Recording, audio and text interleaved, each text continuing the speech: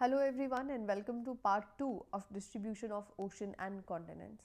In previous parts we saw how continents were joined together as Pangaea and it was one landmass which was surrounded by Panthalassa from all the sides, and how these continents they drifted apart, moved away from each other, and we also saw a couple of evidences which were given by different scientists and how we analysed by different method, जैसे कि radiometric method के बारे में हमने पढ़ा था कि radiometric method से हमने पता लगाया कि जो आपका रॉक्स है ऑफ डिफरेंट कॉन्टिनेंट्स वो मैच करते हैं. हमने लेमूर के बारे में पढ़ा, हमने मीजोसोरस के बारे में पढ़ा.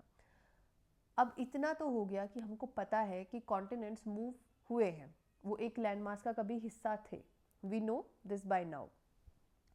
But now a question, one more question was arised and it was asked to Wegener कि continents are on the move but why, what is making them move, ये वो मूव हो किस ले रहे हैं. तो वेगनर के अनुसार उन्होंने दो रीजंस इसके दिए थे कि why continents are on the move. ठीक है, first is because of centrifugal force, second is because of tidal force. Now will look at these forces one by one. उससे पहले let's forget Wegener, let's forget continental drift, let us study about centrifugal force. तो centrifugal force को अगर आप daily life में experience करना चाहते हो तो you have to do one thing. You have to take a string और अ रॉप, स्ट्रिंग और अ रॉप, या एक धागा या एक रॉप, and tie a stone with it like this. On one end you have to tie a stone, and if you are really doing it, make sure that this is strong enough. This string or rope that you are taking is strong enough, otherwise the stone can hit you and you can get injured. That is one precaution that you have to take. Anyways, so you take a rope or you take a string, tie a stone at one end and start rotating it. आप उसको आपको उसको ऐसे घुमाना शुरू करना है. And what you will feel that this stone, a force that you will feel that the stone is moving outwards. आपको एक फोर्स ऐसा फील होगा कि आपको लगेगा कि ये स्टोन बाहर को मूव करना चाहता है, like the stone is being pulled from outside. ठीक है, ऐसा फील होगा, ऐसा फोर्स फील होगा आपको इधर हर पोजीशन पे. इस फोर्स को सेंट्रीफ्यूगल फोर्स बोला जाता है. इस फोर्स को क्या बोला जाता है? सेंट्रीफ्यूगल फोर्स बोला जाता है, जो कि आउटवर्ड एक्ट करता है. ठीक है, एक सेंट्रीपिटल फोर्स भी होता है जो इसके अगेंस्ट रिएक्ट करता है, but anyways that is not a matter of discussion, that is science. Centrifugal force के बारे में आपको पता लगा. अब सेंट्रीफ्यूगल फोर्स की वजह से क्या है, अर्थ में बल्ज दिखाई देता है हमको. हमें पता है हमारा जो अर्थ है that is not a perfect sphere, वो एक ऐसा रफ सरफेस है. Earth is like this. ठीक है, this is our earth and this has quite a rough surface, and this bulge that you are seeing, ये जो equator पे हमको बल्ज दिखाई देता है, this is because of centrifugal force. क्योंकि ऊपर हमने देखा स्टोन को जब हमने रोटेट किया, यानी कि रोटेशन की वजह से ही तो सेंट्रीफ्यूगल फोर्स लगा. अगर had that stone been into rest, अगर उसको हम रेस्ट पे रख देते, उसके ऊपर सेंट्रीफ्यूगल फोर्स रिएक्ट ही नहीं करता, एक्ट ही नहीं करता. तो ऐसे ही जो हमारा अर्थ है वो 24 घंटे और 7 दिन, हफ्ते के 7 दिन और 24 घंटे, यानी every time it is rotating 24/7. So centrifugal force that acts due to rotation is also acting on our earth, and because of that जो आपका मास है वो यहाँ पे कॉन्सेंट्रेट हो गया है इक्वेटर पे, and you see a bulge. अब वेगनर का मानना था कि ये जो पोलर फ्लीइंग फोर्स है, पोलर फ्लीइंग फोर्स यानी कि सिंपली सेंट्रीफ्यूगल फोर्स जो अर्थ पे लगता है उसको हम पोलर फ्लीइंग फोर्स बोल देते हैं. वो ये कहता है कि जैसे ये पोलर फ्लीइंग फोर्स अर्थ पे कॉन्टिन्यूसली लग रहा है, उसकी वजह से क्या होता है कि पोल से जो मास है, कॉन्टिनेंट का मास जो है वो कॉन्टिन्यूसली इक्वेटर की तरफ मूव करता रहता है. ठीक है, और कहते हैं देखो ये इक्वेटर की तरफ मूव कर रहा है और देखो बल्ज भी तो है अर्थ के ऊपर. ये मतलब बल्ज वाली बात अब तक ट्रू है. अगर आपसे पूछे कि अर्थ के ऊपर बल्ज होने का रीज़न क्या सेंट्रीफ्यूगल फोर्स है, दैट इज़ ट्रू. और that is an established fact now and it was also an established fact then at the time of Wegener. तो वेगनर कहते हैं कि देखो बल्ज भी तो बना है अर्थ पे रोटेशन की वजह से, तो इसी वजह से जो आपके कॉन्टिनेंट्स हैं वो इक्वेटर की तरफ मूव करे, continental mass is moving towards equator and that is why continents are on the move. First evidence आपको समझ में आया जो वेगनर ने दिया था। सेकेंड एविडेंस है टाइडल, वो जिसके बारे में बात करते हैं, वो कहते हैं tidal force is also a force that is acting on continents. अब टाइडल फोर्स एक ऐसा फोर्स है जैसे कि आपको मून और सन, ठीक है, मून और sun, for example here is sun, let me take a pen, here is sun and here we have moon, ठीक है। अब इनकी जो ग्रेविटी होती है वो टाइड्स को इन्फ्लुएंस करती है, वी नो इट। सन की ग्रेविटी की वजह से और कुछ मून की ग्रेविटी की वजह से क्या होता है, जो टाइड्स होती हैं हमारी समुद्र में, जो टाइड्स होती हैं वो they tend to move upwards, यानी हाई टाइड हमको देखने को मिलता है, वो ऊपर मूव करना स्टार्ट कर देती हैं। This is something that we will deal in oceanography in detail.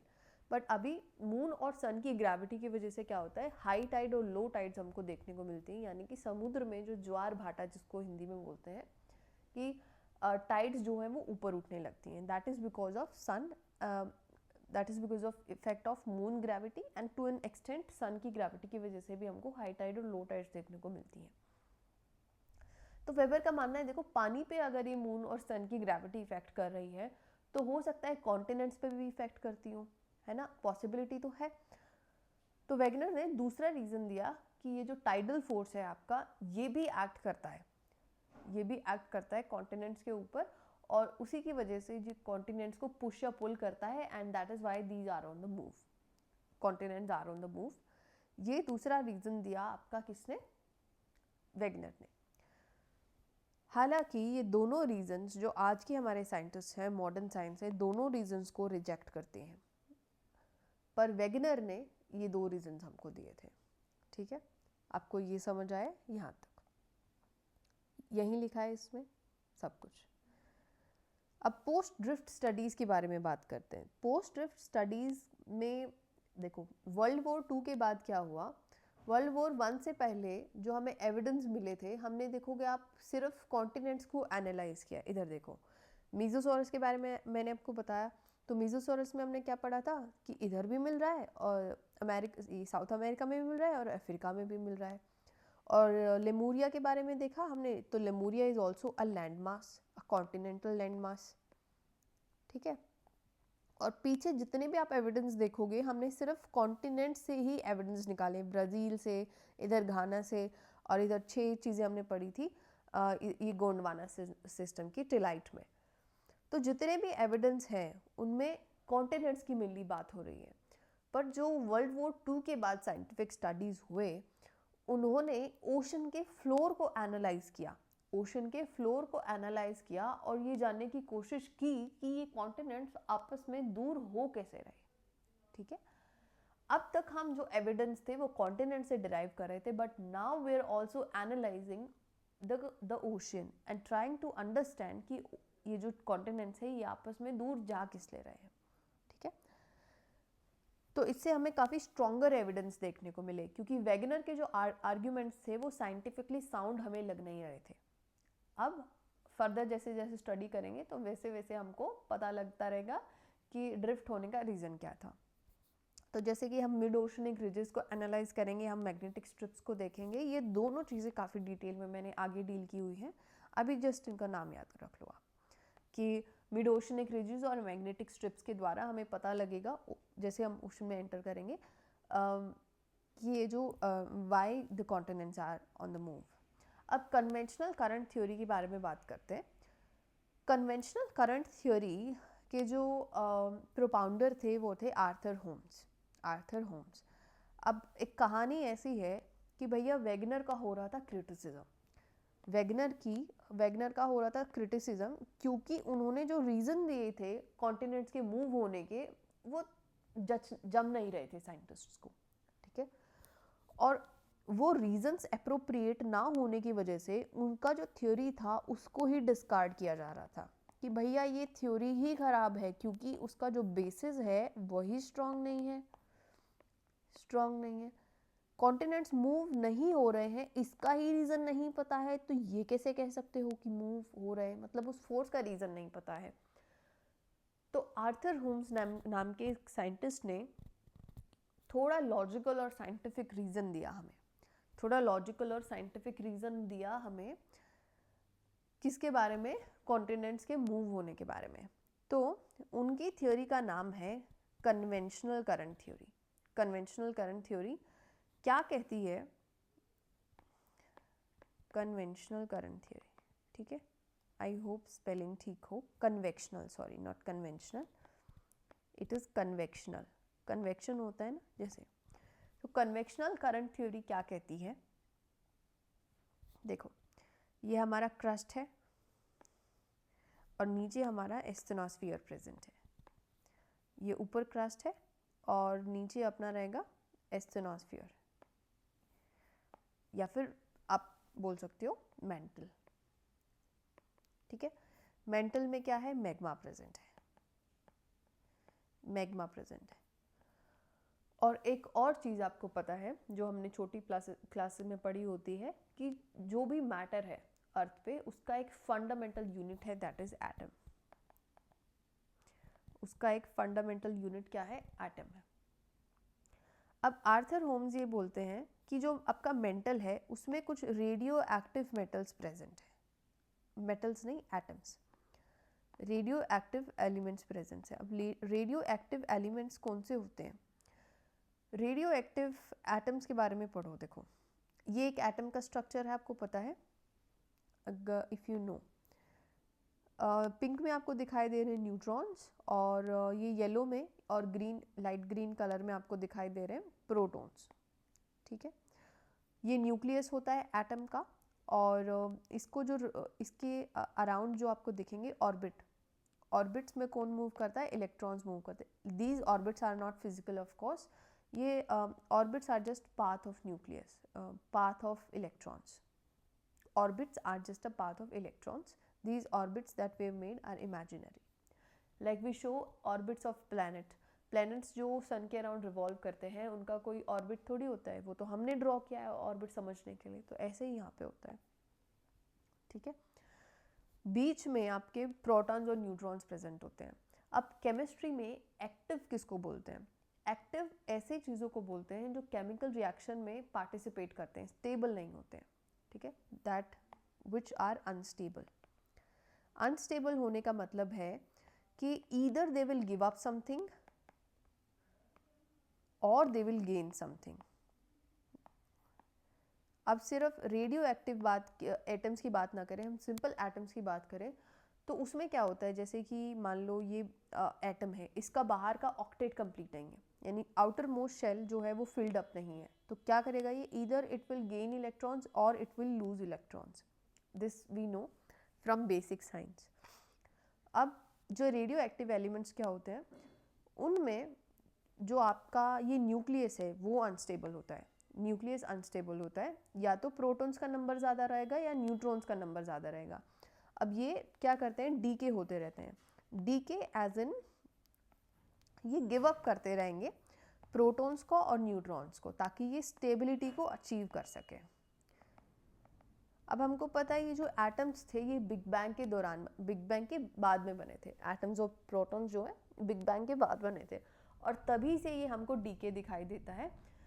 ये जो एटम्स हैं अपने न्यूक्लियस से लूज करते रहते हैं कुछ प्रोटॉन्स और न्यूट्रॉन्स को in order to gain stability, that is what is called radioactive decay. Protons और न्यूट्रॉन्स को लूज करना अपने न्यूक्लियस से, और इस प्रोसेस में क्या होता है, एनर्जी का रिलीज होता है, energy is released in this process, and energy के साथ साथ हीट भी कई बार हमको रिलीज होती दिखाई देती है। Okay, I hope you got what is radioactive decay. और आर्थर होम्स कहते हैं कि मेंटल में रेडियो एक्टिव एलिमेंट्स प्रेजेंट हैं, मेंटल में रेडियो एक्टिव एलिमेंट्स प्रेजेंट हैं, और जब ये डीके होते हैं ना, तो इनके डीके होने की वजह से क्या होता है, हीट रिलीज होगी, और अगर हीट रिलीज होगी जो तो फिर क्या होगा, जो हॉट मैग्मा है उसका टेम्परेचर फर्दर राइज अप करेगा, उसका टेम्परेचर क्या करेगा, फर्दर राइज अप करेगा। और आपको पता है कि कोई भी एलिमेंट अगर उसका टेम्परेचर ज़्यादा हो जाता है, टेम्परेचर ज़्यादा हो जाता है तो उसके मॉलिक्यूल्स जो हैं वो दूर दूर होना स्टार्ट कर देते हैं, दूर मूव करना स्टार्ट कर देते हैं। और जैसे ही उसके मॉलिक्यूल्स दूर मूव करना स्टार्ट करेंगे तो वो एलिमेंट लाइट हो जाता है, यानी उसकी डेंसिटी कम होने लगती है, उसकी डेंसिटी कम होने लगती है और एज अ रिजल्ट वो ऊपर मूव करना स्टार्ट कर देता है। ठीक है, तो ऐसे ही मैग्मा में होता है। मैग्मा में क्या है, रेडियो एक्टिव एलिमेंट्स प्रेजेंट हैं जो रेडियो एक्टिवली डीके होते रहते हैं, जिसकी वजह से मैग्मा फर्दर हीटअप हो जाता है and it tends to rise up. और जैसे ही वो राइज अप करता है, ठीक है, ये मैग्मा ऊपर की तरफ मूव करता है, और जैसे ही राइज अप करता है तो ऊपर आपका जो क्रस्ट है, आपको पता है कि क्रस्ट का टेम्परेचर रिलेटिवली लो होता है, क्रस्ट का टेम्परेचर रिलेटिवली लो होता है मैग्मा से, क्योंकि मैग्मा इज मोल्टन लेयर भी हमको पता है। और जैसे हम अर्थ में नीचे जाते हैं तो टेम्परेचर राइज करता है, और ऊपर आएंगे तो टेम्परेचर ऑफ कोर्स डिक्रीज होगा। तो यहाँ पे जो ये एनकाउंटर करेगा, ऊपर आके एनकाउंटर करेगा, यहाँ का जो टेम्परेचर है वो लो है, इसको ब्लू से शो करते हैं, यहाँ का जो टेम्परेचर है दिस इज लो। फिर इस यहाँ पे क्रस्ट और ऊपर वाले मैग्मा की कांटेक्ट में आके ये जो आपका मोल्टन मैग्मा है जो कि हीट अप हो गया था रेडियो एक्टिव डीके की वजह से, ये अब कूल डाउन होना शुरू कर देगा। और कूल डाउन होके, जिसको हम येलो से दिखाएंगे, ये कूल डाउन हो गया। अब कूल डाउन होने की वजह से ये क्या करेगा, सिंक डाउन करेगा। कूल डाउन होने का मतलब है कि इसके मॉलिक्यूल्स के बीच में अब स्पेस भी तो कम हो जाएगा, स्पेस कम हुआ तो डेंसिटी ज़्यादा होगी, और डेंसिटी की वजह से क्या होगा, ये नीचे सेटल डाउन करेगा। ठीक है, अब ये नीचे जाएगा तो फिर क्या करेगा, यहाँ पे रेडियो एक्टिव डीके फिर से हो रहा है, तो रेडियो एक्टिव डीके की वजह से ये फर्दर ऐसे राइज अप करेगा। ठीक है, तो ये साइकिल जो है वो ऐसे चलता रहता है, और इसी को हम कौन सा सेल बोलते हैं, कन्वेक्शन सेल बोलते हैं, कन्वेक्शन सेल बोलते हैं। ठीक है, I hope you got it. और इसी को ही यहाँ पे डायग्राम के थ्रू दिखाया हुआ है कि जैसे आपका कैसे आपका ये हॉट मैग्मा ये राइज अप कर रहा है और ऊपर ठंडा होके फिर से नीचे आ जा रहा है, ये साइकिल चलता रहता है। अब जैसे ये साइकिल चलेगा तो आप ऊपर देखो, मेंटल से ऊपर तो क्रस्ट है, और जैसे ही मैग्मा मूव करेगा तो ऊपर का क्रस्ट भी इसके साथ मूव करेगा, तो ये क्रस्ट भी इसके साथ ही मूव अप कर रहा है। जैसे मैग्मा इधर जाएगा, ये मैग्मा इधर जा रहा है, तो ऊपर का क्रस्ट भी इसी डायरेक्शन में मूव कर रहा है, ऊपर का क्रस्ट भी इसी डायरेक्शन में मूव कर रहा है। तो आर्थर होम्स ने क्या बोला कि कॉन्टिनेंट के मूव होने का जो रीज़न है वो ये वाला रीज़न है, convection cell is responsible for the movement of continents. तो एक पक्का एविडेंस हमारे पास क्या हो गया कॉन्टिनेंट के ड्रिफ्ट होने का, that there is convectional cell which is acting inside earth and that is responsible for drifting away of continents। ठीक है, यहाँ पर यही सब लिखा हुआ है जो मैंने अभी आपको एक्सप्लेन कर दिया है। एंड आगे बात करते हैं जो आपका ओशन फ्लोर है। अब हमने देखा था कि वर्ल्ड वॉर 2 के बाद क्या हुआ था, ओशन फ्लोर का एनालिसिस हुआ था, या उसको हमने क्या किया था, एक्सपीडिशंस किए थे वहाँ पे। तो एक्सपीडिशंस की वजह से क्या हुआ, ओशन का रिलीफ हमको पता लगा। उससे पहले पता है साइंटिस्ट क्या सोचते थे, जैसे आपने देखा था, अगर आपने देखा होगा तो स्विमिंग पूल का जो बॉटम होता है वो विच इज़ क्वाइट फ्लैट, तो साइंटिस्ट सोचते थे भैया ओशन का भी कुछ ऐसा फ्लोर होगा, ओशंस के नीचे भी कुछ ऐसे फ्लोर प्रेजेंट होंगे सीधा सपाट। पर एक्सपीडिशन जैसे हमने किए तो वहाँ पे हमें कई चीज़ें मिली, वहाँ पे माउंटेन्स थे, वहाँ पे डीप ट्रेंचेस थे, यानी कि बहुत ज़्यादा ऐसे आपको कई कई जगह पे ऐसे डेप्थ दिखाई दे रहे हैं कि बहुत ज़्यादा गहरा है वहाँ से समुद्र। और हमने देखा जो मिड ओशनिक रिजेस हैं they are most active in terms of volcanic eruption, यानी समुद्र के नीचे वोल्केनिक इरप्शंस भी हो रहे हैं, और किसकी वजह से हो रहे हैं, मिड ओशनिक रिजेस की वजह से हो रहे हैं। और जब हमने ओशन की रॉक्स को डेट किया, किसकी वजह से, कार्बन डेट, ये जो आपका रेडियो मेट्रिक मेथड है, रेडियो मेट्रिक मेथड से हमको पता लगा कि भैया जो ये आपका ओशन में रॉक प्रेजेंट है, ओशन के पत्थर हैं, वो तो काफ़ी नए हैं, यानी उनकी उम्र काफ़ी कम है as compare to continental crust. तो ऐसा कैसे हो गया? साइंटिस्ट तो सोच रहे थे उनकी सेम सेम उम्र होगी लगभग, क्रस्ट तो एक ही है ना। ये एक और शॉकिंग चीज़ हमको पता लगी, और एक और शॉकिंग चीज़ हमको पता लगी जो हम अभी अभी देखेंगे। ठीक है, तो देखो होता क्या है। इस डायग्राम को फिर से देखो, इस डायग्राम को फिर से देखो।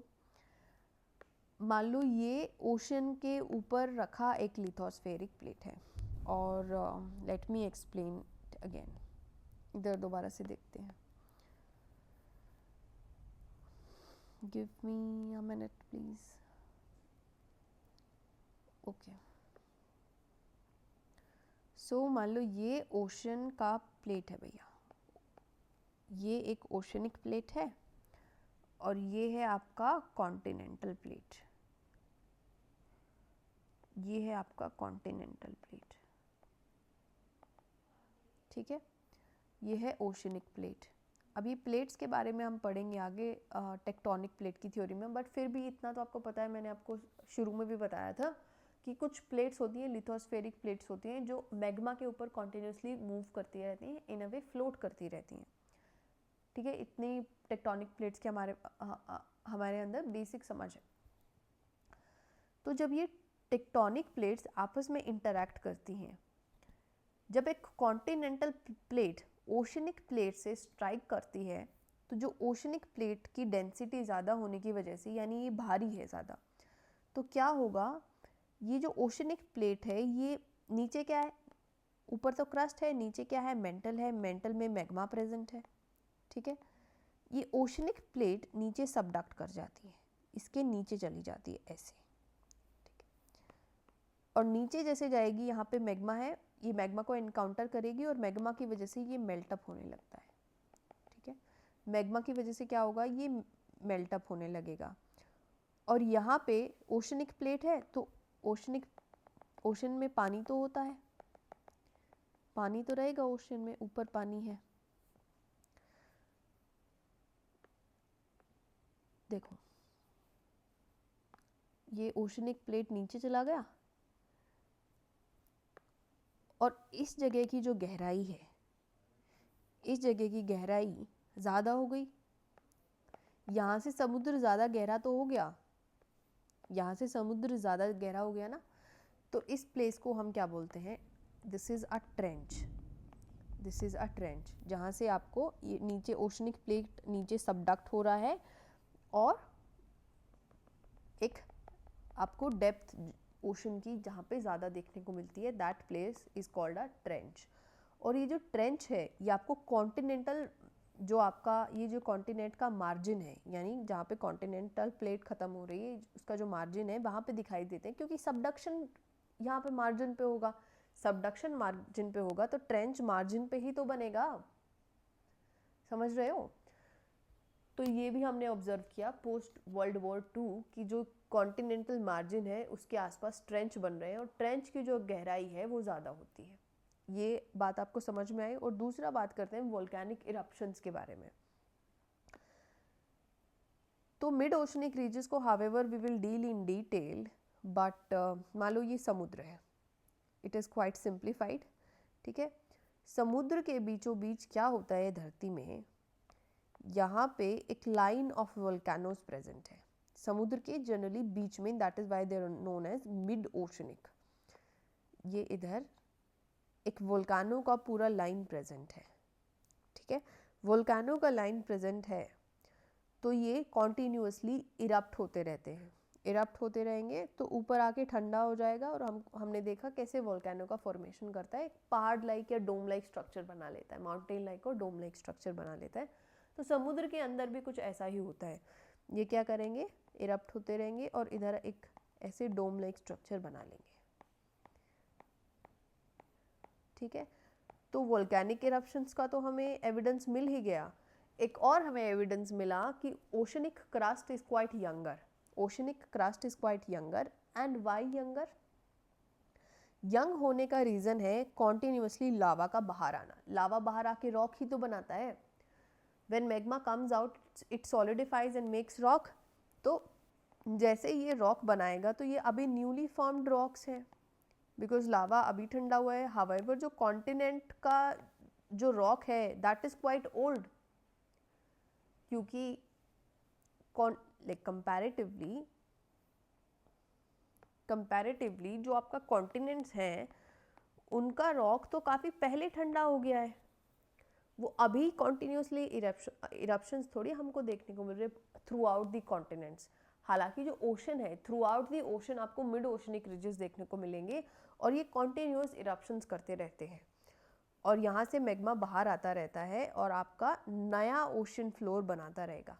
ठीक है, अगर आप इस डायग्राम को अच्छे से देखोगे, अब देखो मिड ओशनिक रिजेस का जो कॉन्सेप्ट है वो काफ़ी नया है, वो एक लेक्चर से समझ नहीं आएगा बट सब्सिक्वेंटली जैसे आप लेक्चर्स देखते जाओगे वो आपको समझ आता रहेगा। अब इस डायग्राम को ऑब्जर्व करो, नीचे से मैग्मा बाहर आया, ठीक है, गिव मी अ सेकेंड,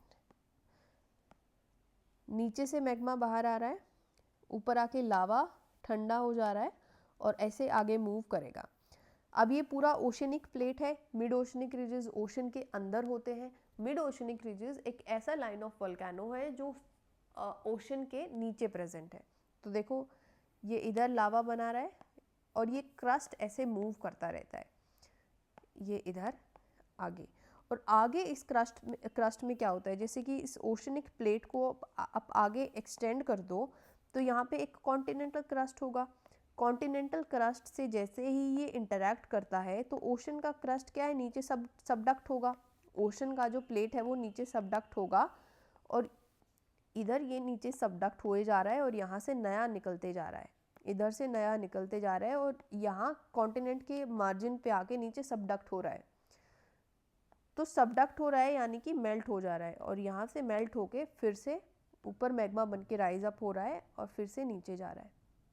ठीक है, अब कॉन्टिनेंट के साथ ऐसा तो कुछ हो नहीं रहा है, कॉन्टिनेंट में ऐसा कोई शेल थोड़ी बन रहा है। कॉन्टिनेंट में तो सिंपली कोई अगर लावा बाहर आ रहा है तो एक वोल्केनो जैसा स्ट्रक्चर बना लेता है, हद से अधिक भूकंप आ जाता है और वहाँ पे कुछ रॉक का फॉर्मेशन हो जाता है। कॉन्टिनेंट पे तो यही होता है, पर जब ओशन की बात करोगे तो ओशन में नया लावा तो निकल ही रहा है, साथ साथ जो ये पुराना इधर पुराना हो गया है वो नीचे सबडक्ट हो रहा है, नीचे मेल्ट होके मैग्मा बन जा रहा है और ऊपर आके फिर से मिड ओशनिक रिजेस से लावा निकल के ऐसे नया ओशन फ्लोर बना दे रहा है। ठीक है, I hope that you got what I wanted to say.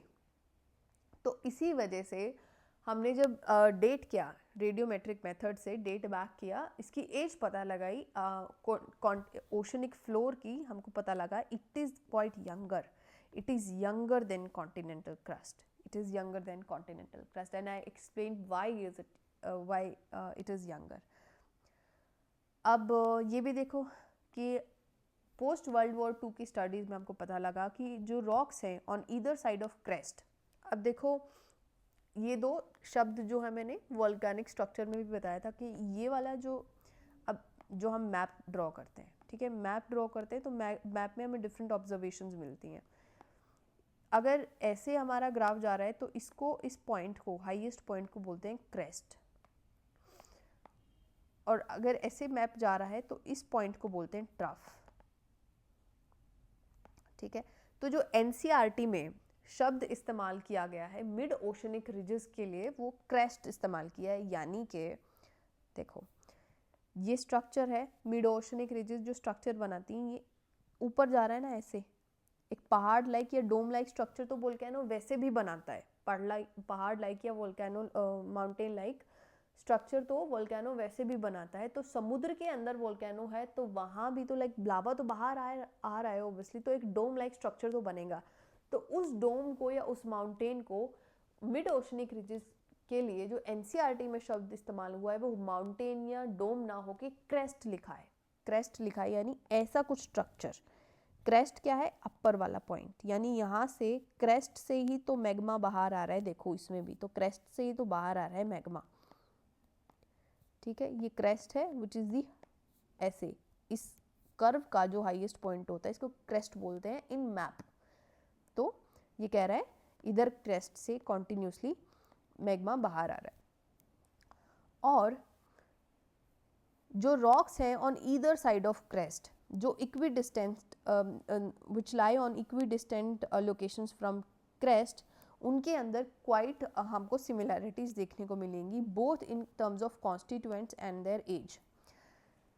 तो भैया देखो मेरी बात सुनो, मान लो लेट्स इमेजिन या लेट अस सपोज कि इसके बाहर से जो मैग्मा आ रहा है that is fluid in nature, fluid in nature, ठीक है। तो अब जैसे जैसे मैग्मा बाहर आ रहा है वो जितनी दूर इधर जाएगा इतनी ही दूर इधर जाएगा, जितनी दूर इधर जाएगा इतनी दूर इधर जाएगा, क्योंकि सेम ही तो मैग्मा बाहर आ रहा है, सेम ही तो मैग्मा बाहर आ रहा है, समझे। लिक्विड मैग्मा है तो दोनों साइड के लिए सेम ही तो है।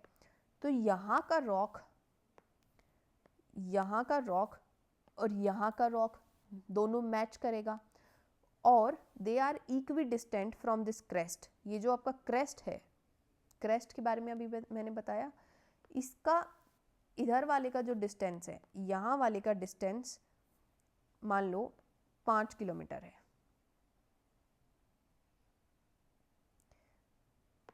यहाँ वाले का डिस्टेंस मान लो 5 किलोमीटर है। इस पे ऊपर लिखने में थोड़ा सा प्रॉब्लम हो रहा है, 5 किलोमीटर्स है। तो इस वाले का डिस्टेंस भी 5 किलोमीटर्स ही होगा, क्योंकि इतना ही तो मैग्मा फ्लो किया होगा ना, मतलब फ्लूइड मैग्मा अगर बाहर आ रहा है तो दोनों साइड्स लगभग इक्वल ही फ्लो करता है। तो मान लो यहाँ भी इस रॉक का भी 5 किलोमीटर्स है, ठीक है।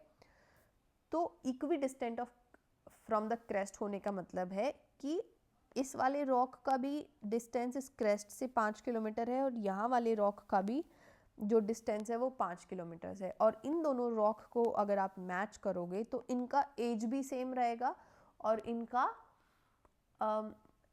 एज भी सेम है और इनका कॉन्स्टिट्यूएंट भी सेम है। कॉन्स्टिट्यूएंट यानी इनका जो कॉम्पोजिशन है वो भी सेम है, इनका जो मटेरियल है, जिस मटेरियल से ये बने हैं वो भी सेम है। इसका मतलब क्या है भैया, ये नीचे से निकले हैं, इधर से निकले हैं, ठीक है। इसी वजह से तो ये बाहर, जैसे इधर से बाहर आया है, यहाँ पे सॉलिडिफाई हो गया, आधा यहाँ पे सॉलिडिफाई हो गया, इसी वजह से तो इसका एज और इसका जो कॉन्स्टिट्यूएंट है वो सेम है। I hope you got it. तो ये ओशन का जब हमने एनालिसिस किया, ये सब चीज़ें हमको पता लगी post world war 2। Mid oceanic ridges को हम आगे भी देखेंगे इन डिटेल, ठीक है। हालांकि एक बार इस पैराग्राफ को फिर से पढ़ लेते हैं। Expeditions which were done post World War II, they provided detailed picture of oceanic relief and indicated presence of mountain ranges. Mountain ranges are nothing but mid-oceanic ridges. जो वोल्केनो बाहर आके जैसे हमने देखा था पीछे composite kind of volcano, shield kind of volcano ऐसे structure बना रहा था, तो धरती के ओशन के अंदर भी ऐसा ही हो रहा है कि माउंटेन रेंजेस हमको दिखाई दे रही हैं, that is because of mid oceanic ridges. और दूसरा डीप ट्रेंचेस, ट्रेंचेस को मैंने एक्सप्लेन किया, सबडक्शन, जहाँ पे सबडक्शन हो रहा है वहाँ पे गहरी हो जा रहा है समुद्र, वहाँ पे गहरा हो जा रहा है। Mostly located, mostly they are saying mostly located closer to continental margins, क्योंकि वहीं पे सबडक्शन होगा। Mid oceanic ridges they are most active in term of volcanic eruption, continuously mid oceanic ridges से मैग्मा बाहर आता जा रहा है, और ये हमको ऐसे एनालाइज करके पता लगा। अब dating of rocks from the crust revealed, और जो ओशनिक क्रस्ट है वो काफ़ी यंगर हमको देखने को मिला। डेटिंग की हेल्प से, रेडियोमेट्रिक डेटिंग की हेल्प से पता लगा कि oceanic crust is quite younger than continental crust. और दूसरा ये एविडेंस भी हमको मिला कि जो rocks which lie on either side of crest of oceanic ridges and having equidistant locations from the crest were found to have remarkable similarities. काफ़ी similarities दिखी हमें इन दो rocks में in terms of their constituents and their age. ये similar age के हैं और also इनका constituent same है, which means कि ये erupt होके आधा इधर move हुआ है, आधा इधर move हुआ है। Got it? So that was it for this part. आगे हम पढ़ेंगे ओशन फ्लोर कॉन्फ़िगरेशन के बारे में और डिटेल में पढ़ेंगे मिड ओशनिक रिजेस के बारे में, और मैग्नेटिक स्ट्रिप्स के बारे में भी नेक्स्ट पार्ट में अच्छे से डील करेंगे। Okay, so that was it from my side for this part. Thank you so much for watching.